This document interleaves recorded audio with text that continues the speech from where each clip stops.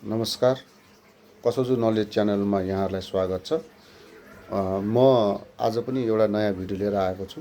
विगतमा भने जस्तो म कुनै संस्थामा कार्यरत रहेको हुँदा मेरो यहाँ विचार प्रकट गर्दा पूर्ण रूपमा मेरो नितान्त व्यक्तिगत विचार हुनेछ।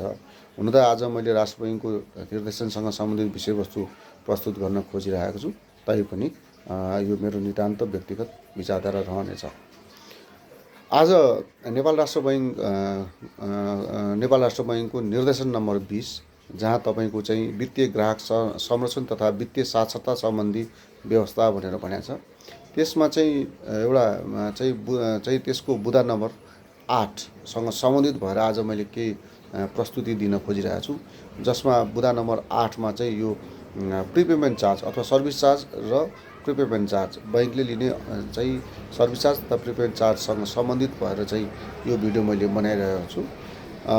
यो भिडियो बनाउनुको कारण के हो त भन्नुहुन्छ भने हिजो एउटा कुनै ऋणीले मसँग कुरा गर्ने जाँदाखेरि चाहिँ उहाँहरूले ऋण लिनलाई चाहिँ अब यो लामो समयको अवधिको लागि लिएको ऋणहरूमा चाहिँ मैले ऋण लिँदाखेरि सबै ब्याजहरू पनि चुक्ता गर्नुपर्ने रहेछ। जस्तै 20 वर्षको लागि लिएको रहेछ र 3 वर्षपछि चुक्ता गर्नु पर्यो भने 20 वर्षसम्म चुक्ता गर्नुपर्ने हो भन्ने हिसाबले कुरा गरेको कारणले गर्दाखेरि चाहिँ यो आज मैले वित्तीय साक्षरता वित्तीय ग्राहक संरक्षण तथा वित्तीय साक्षरता सम्बन्धी चाहिँ व्यवस्था भएको चाहिँ राष्ट्र बैङ्कको डाइरेक्टिभसँग चाहिँ विषय भएर कुरा गर्दैछु। यो 8 नम्बरमा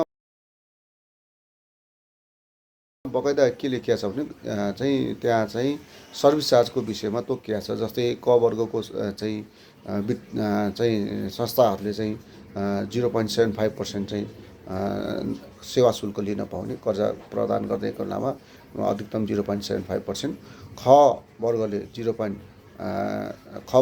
1%, ग वर्गले 1.25% 1.25% र घ वर्गकोले चाहिँ सेवा शुल्कको 0.50 जो चाहिँ लिन पाउने भन्ने व्यवस्था रहेछ। र यो सँगै गर्दाखेरि प्रतिबद्धता शुल्क अथवा तपाईँको चाहिँ कमिटमेन्ट चार्जेसहरू अथवा प्रिपेमेन्ट चार्जेस, स्वाप चार्जेसको विषय चाहिँ अहिले मैले यहाँ कुरा गर्दैछु। यो 8 नम्बरको खको अमा के व्यवस्था गरिएको छ भन्नुहुन्छ भन्दाखेरि प्रतिबद्धता शुल्क र नवीकरण हुने प्रकृतिका कर्जा लिने नवीकरण शुल्क हकमा माथि उल्लेखित अघि मैले भने जस्तो क ख ग वर्गका इजात प्राप्त संस्थाहरूले कर्जा दिँदाखेरि लिने चाहिँ सेवा शुल्क चाहिँ 0.75, 1 र 1.25% का कुरामा त्यसको चाहिँ बढीमा 20% चाहिँ लिन पाइन्छ, बढीमा 20% लिन पाइन्छ। त्यसलाई पनि कसरी सेग्रिगेट गरिएको छ भन्दाखेरि चाहिँ जस्तै अब कुनै कसैले 2 वर्षसम्म चाहिँ टर्म लोन, विशेष गरी यो टर्म लोनहरूमा चाहिँ लागु हुन्छ। 2 वर्षसम्म लिएको छ भने बढीमा 100%सम्म 100%सम्म चाहिँ अग्रिम भुक्तानी शुल्क अथवा चाहिँ स्वाप शुल्क भन्नाले एउटा कुनै व्यक्तिले एउटा बैङ्कमा क भन्ने बैङ्कमा चाहिँ ऋण लिइरहेको थियो र उसले चाहिँ ख भन्ने बैङ्कमा चाहिँ त्यो ऋण चाहिँ उता सारेर चुक्ता गरेर होइन, त्यो ख भन्ने बैङ्कले क भन्ने बैङ्कलाई चाहिँ चुक्ता गरिदिने हिसाबमा चाहिँ गऱ्यो भने चाहिँ ऋण चुक्ता हुने अवस्था आयो भने चाहिँ त्यसलाई हामीले चाहिँ स्वाप चाहिँ भन्ने गरेका छौँ।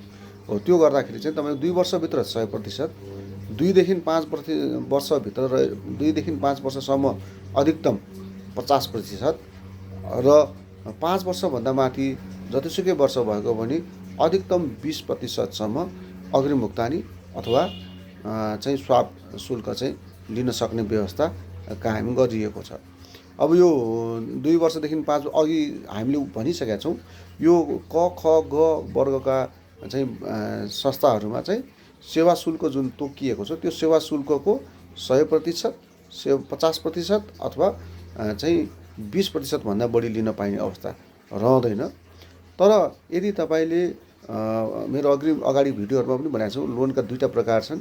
एउटा तपाईँको चाहिँ फिक्स इन्ट्रेस्ट रेट छ, एउटा चाहिँ फिक्स इन्ट्रेस्ट रेटको हकमा चाहिँ के छ भन्नुहुन्छ भन्दाखेरि 100%सम्म अथवा लोनको स्वाप, जस्तै हामीले लोन दिने बेलामा 7 वर्षसम्म परिवर्तन हुँदैन भनेका छौँ, त्यो चाहिँ फिक्स इन्ट्रेस्ट रेटको हकमा चाहिँ स्थिर ब्याज दरको हकमा चाहिँ 100% चाहिँ स्वाप शुल्क अथवा चाहिँ प्रिपेमेन्ट चार्ज अथवा अग्रिम भुक्तानी लिन पाइने भन्ने व्यवस्था गरेको छ।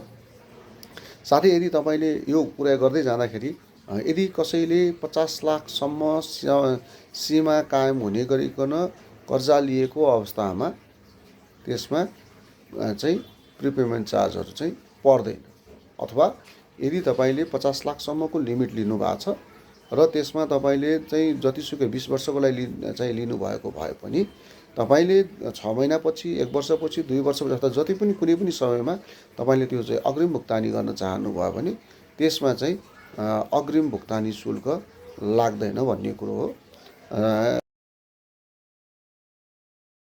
समग्रमा मैले भन्न के खोजेँ भन्नुहुन्छ भन्दाखेरि वित्तीय साक्षरताको केसमा चाहिँ अग्रिम सेवा शुल्क क ख ग वर्गका चाहिँ बैङ्कहरूले दिने सेवा शुल्क भनेको 0.75, 1% र 1.25% हो।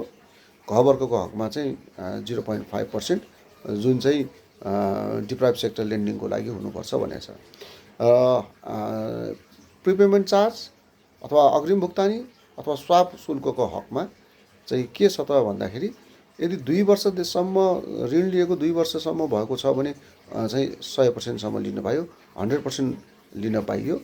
2 वर्षदेखि 5 वर्षसम्म छ भने त्यसको चाहिँ 50% मात्र लिन पाइयो र 5 वर्षभन्दा माथि जतिसुकै भएको पनि 20% भन्दा बढी लिन पाइएन।